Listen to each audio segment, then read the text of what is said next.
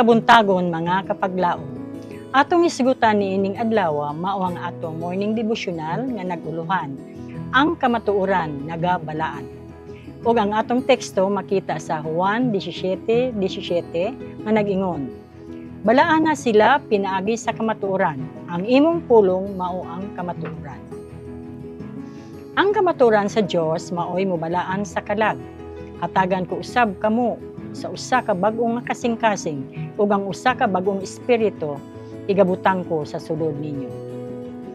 Ang nagabalaan nga gahom sa kamatuoran angay nga magpabilin diha sa kalag ug atong kinabuhian diha sa atong panikay-sikay diha magapadayon sa pagsulay kanato sa matag buluhaton sa kinabuhi, ilabi na sa atong pagtratar sa atong isig ka tawo. Kini angay magpabilin usab diha sa atong mga puloy-anan. Adunay mapainubsanon nga gahom diha sa kinabuhi ug kinaiya sa tanan nga mga lumulupyo niini. Sa kanunay buot nako nga ipadasig diha kanila kinsa nagaangkon nga nagatuo sa kamatuoran, sa kamahinungdanon sa pagkinabuhi sa kamatuoran. Kini nagpasabot sa pagkabalaan ug ang pagkabalaan nagpasabot sa kultura ug pagbansay sa matag abilidad alang sa pagserbisyo sa Ginoo. Tudloy ang inyong mga kabataan sa paghigugma sa kamatuoran tungod kay mao kini ang kamatuoran ug tungod kay sila mabalaan pinaagi sa kamatuoran ug mahimong angayan sa pagbarog panahon sa dako nga pagsubli nga sa dili madugay maoy motion kung aduna ba sila'y katakos sa pagsulod sa mas taas nga buluhaton.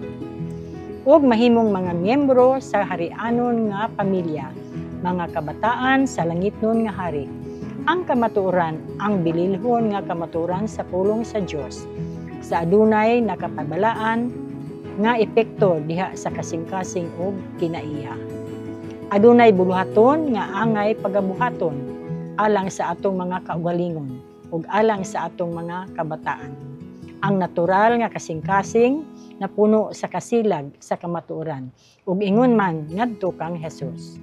Kung ang mga ginikanan dili magpugi diha sa paghatag og gimbugaton sa paggiya sa ilang mga kabataan, padulong sa dalan sa pagkamatarong, sugod sa sayo nga mga katuigan sa ilang kinabuhi, ang sayop nga dalan maoy mapili kaysa insakto. Ang buluhaton sa pagkabalaan nagasugod sulod sa Pinoy-anan. Sila kinsa mga Kristohanon diha sa ilang mga Pinoy-anan, mga Kristohanon diha sa iglesia o sa kalibutan. Magampo kita mga kapaglaom. Amahan namo nga balaan, nalipay kami sa mga pahinumdom nga among nadungog karon nga buntag, nga ang kamatuoran magahatag kanamo ug paggiya aron mahimong mga buutan nga mga Kristohanon. Tabangi kami Ginoo sa pagkinabuhi sama kang Kristo Jesus. Kini among gipangayo sa ngalan ni Ginoong Hesus. Amen.